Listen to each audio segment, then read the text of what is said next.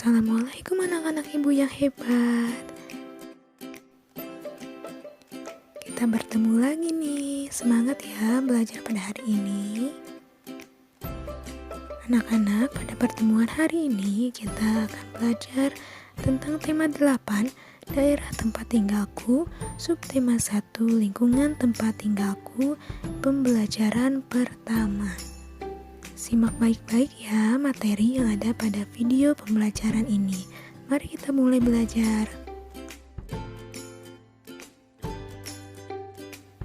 Nah, anak-anak, coba sekarang kalian perhatikan kedua gambar ini. Ada yang pernah melihat tentang gambar ini? Kira-kira ini gambar tentang apa ya? Ya betul, ini gambar tentang cerita. Nah, kalian pernahkah membaca atau mendengar kedua cerita tersebut? Kedua cerita ini merupakan atau termasuk ke dalam cerita fiksi yang berupa cerita rakyat. Mengapa disebut cerita rakyat? Karena cerita yang ada tadi itu berasal dari lingkungan sekitar atau sering terdengar di lingkungan sekitar. Nah, anak-anak, contoh dari lingkungan sekitar itu seperti daerah tempat tinggal kita, yaitu di Jawa Barat. Nah, di sini Udin dan keluarganya juga berasal dari Jawa Barat. Di Jawa Barat terdapat banyak tempat wisata, di antaranya yaitu Telaga Warna. Apakah kalian pernah mendengar cerita tentang asal mula Telaga Warna? Nah, sekarang kalian simak ya cerita tentang asal mula Telaga Warna yang akan ditayangkan.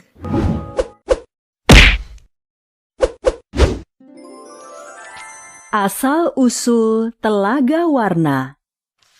Telaga Warna adalah salah satu tempat wisata yang terletak di Kabupaten Sukabumi. Kabupaten Sukabumi merupakan sebuah kota yang menjadi bagian dari Provinsi Jawa Barat. Seperti tempat-tempat lainnya di Nusantara, Telaga Warna juga memiliki cerita tentang asal-usulnya. Bagaimana kisahnya? Mari kita simak bersama dalam cerita berikut ini. Pada zaman dahulu kala, di wilayah Sukabumi terdapat sebuah kerajaan yang bernama Kuta Tanggehan. Kerajaan Kuta Tanggehan dipimpin oleh Raja Suwartalaya dan permaisurinya Ratu Purbamana. Dipimpin oleh raja yang adil dan bijaksana, serta hamparan tanahnya nan subur, membuat rakyat Kuta Tanggehan hidupnya makmur.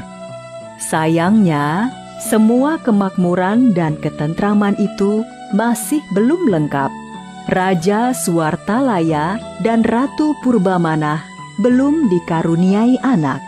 Setiap hari, tanpa berputus asa, Raja Suwartalaya dan Ratu Purbamana berdoa kepada Tuhan agar segera diberi keturunan. Agar keinginannya segera terkabul, Raja Suwartalaya pun pergi ke hutan dan bertapa selama beberapa hari.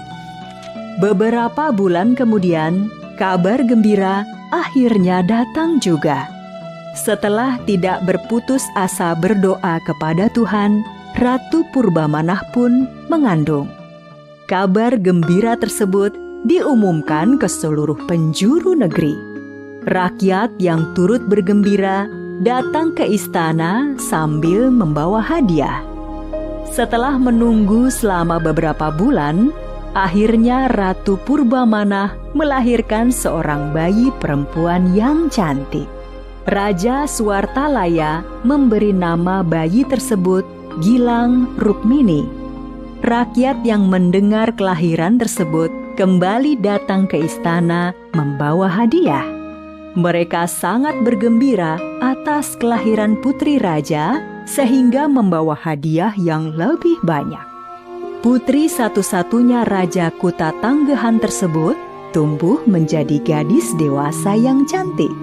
Raja Suwartalaya dan Ratu Purbamana sangat menyayanginya. Bahkan apa saja yang diminta oleh Putri Gilang Rukmini pasti dituruti. Rasa sayang berlebihan membuat Raja dan Ratu Kutatanggehan memanjakan Gilang Rukmini. Putri Raja itu pasti akan marah-marah jika keinginannya tidak dipenuhi. Bahkan Gilang Rukmini tidak segan berbicara kasar.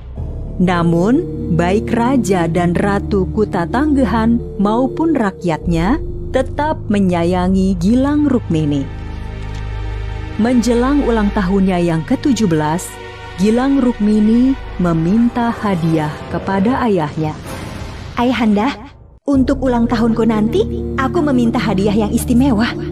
Apa hadiah yang kau minta, wahai putriku? Aku meminta setiap helai rambutku ini dipasangi dengan butiran berlian.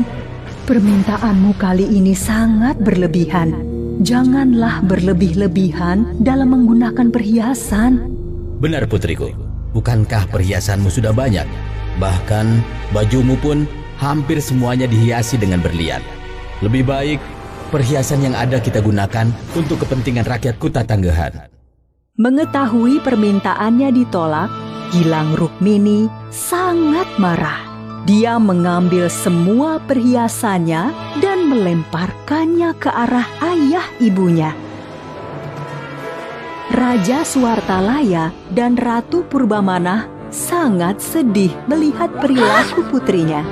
Meskipun dengan perasaan sedih, Raja Suwartalaya masih berusaha memberikan hadiah yang indah untuk putrinya. Beliau kemudian menemui Kamasan istana.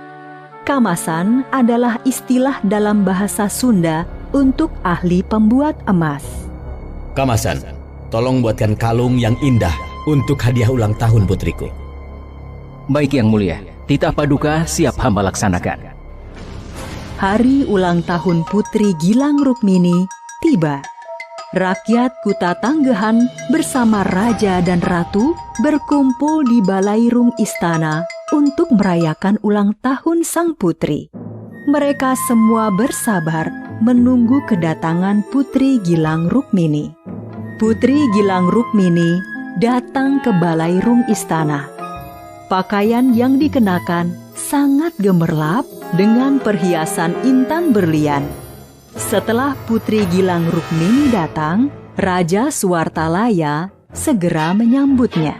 Putriku, akhirnya kamu tumbuh menjadi gadis dewasa. Bukan hanya orang tuamu yang menyayangimu.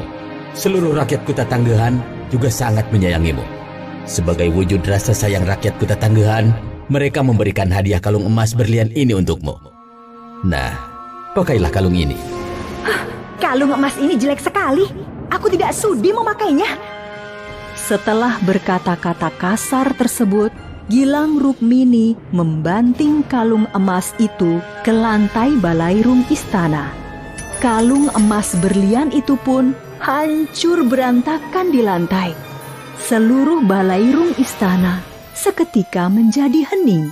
Ratu Purbamana yang sangat tidak menduga kelakuan putrinya sangat sedih dan langsung menangis.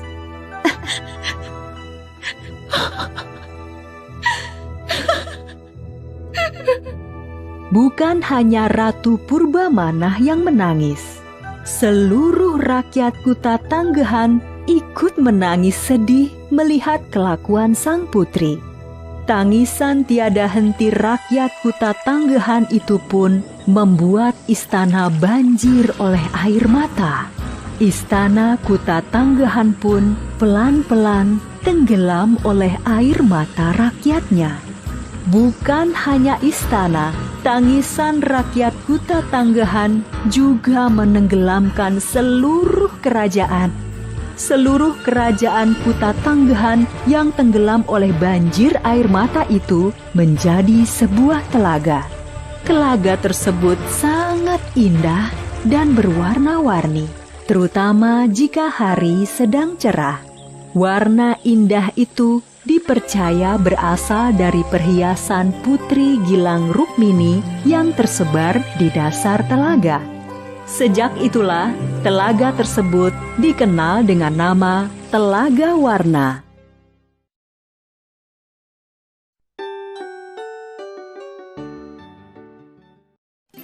Nah, anak-anak, itu tadi tentang cerita asal mula Telaga Warna.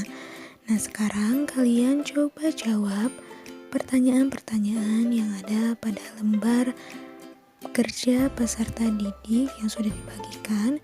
Nah, salah satu contohnya yaitu siapa tokoh utama pada cerita tersebut.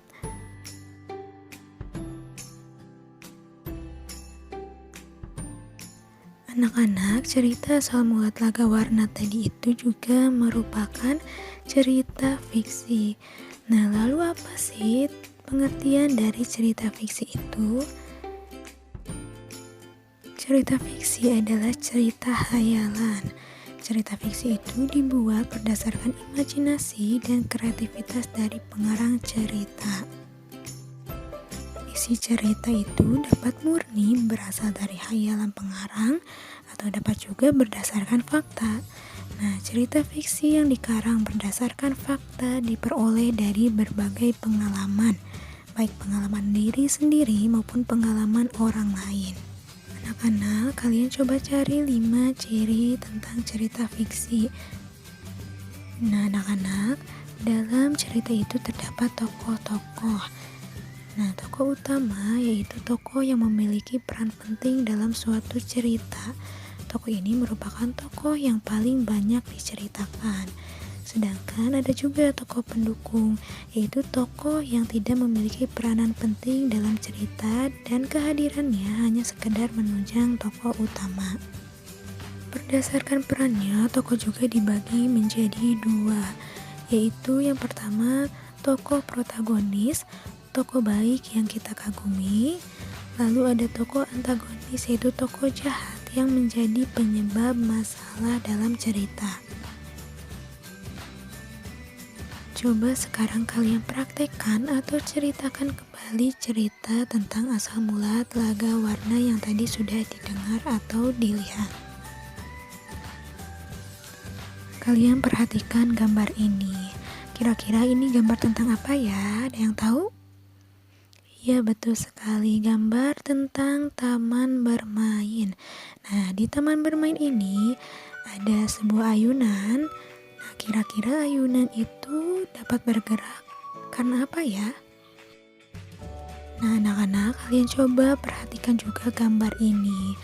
Kira-kira apa ya yang sedang dilakukan Udin pada gambar di sebelah kiri? Lalu apa yang dilakukan Udin pada gambar di sebelah kanan? Apakah sama atau berbeda? Ya, betul, jawabannya berbeda ya. Jadi gambar di sebelah kiri itu Udin sedang menarik ayunan. Saat ayunan ditarik, ayunan bergerak ke arah belakang. Nah, terdapat perubahan kedudukan ayunan setelah ditarik. Saat menarik ayunan tanpa perpindahan posisi penarik, maka ayunan akan bergerak mendekati penarik. Sedangkan gambar pada sebelah kanan itu Udin sedang mendorong ayunan. Nah, saat ayunan didorong, ayunan akan bergerak ke arah depan. Terdapat perubahan kedudukan ayunan setelah didorong. Saat mendorong ayunan tanpa perpindahan posisi pendorong, maka ayunan akan bergerak menjauhi pendorong. Seperti pada gambar ya. Coba kalian perhatikan lagi. Anak-anak, pada kegiatan yang dilakukan Udin tadi menunjukkan adanya gaya dan juga gerak. Nah, pengertian dari gaya yaitu suatu kekuatan yang mengakibatkan benda yang dikenainya dapat mengalami gerak, perubahan kedudukan atau perubahan bentuk. Sedangkan gerak adalah perpindahan kedudukan suatu benda terhadap benda lainnya, baik perpindahan kedudukan yang mendekati maupun menjauhi suatu benda atau tempat asal akibat benda itu dikenai gaya. Sekarang kalian praktekkan kegiatan mendorong dan menarik meja untuk mengetahui pengaruh gaya tarikan dan dorongan terhadap arah gerak benda.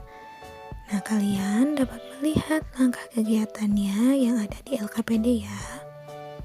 Anak-anak, itu tadi materi tentang tema 8, subtema 1 dan pembelajaran 1. Nanti kalian bisa pelajari lagi agar lebih paham ya. Nah, terima kasih. Wassalamualaikum warahmatullahi wabarakatuh.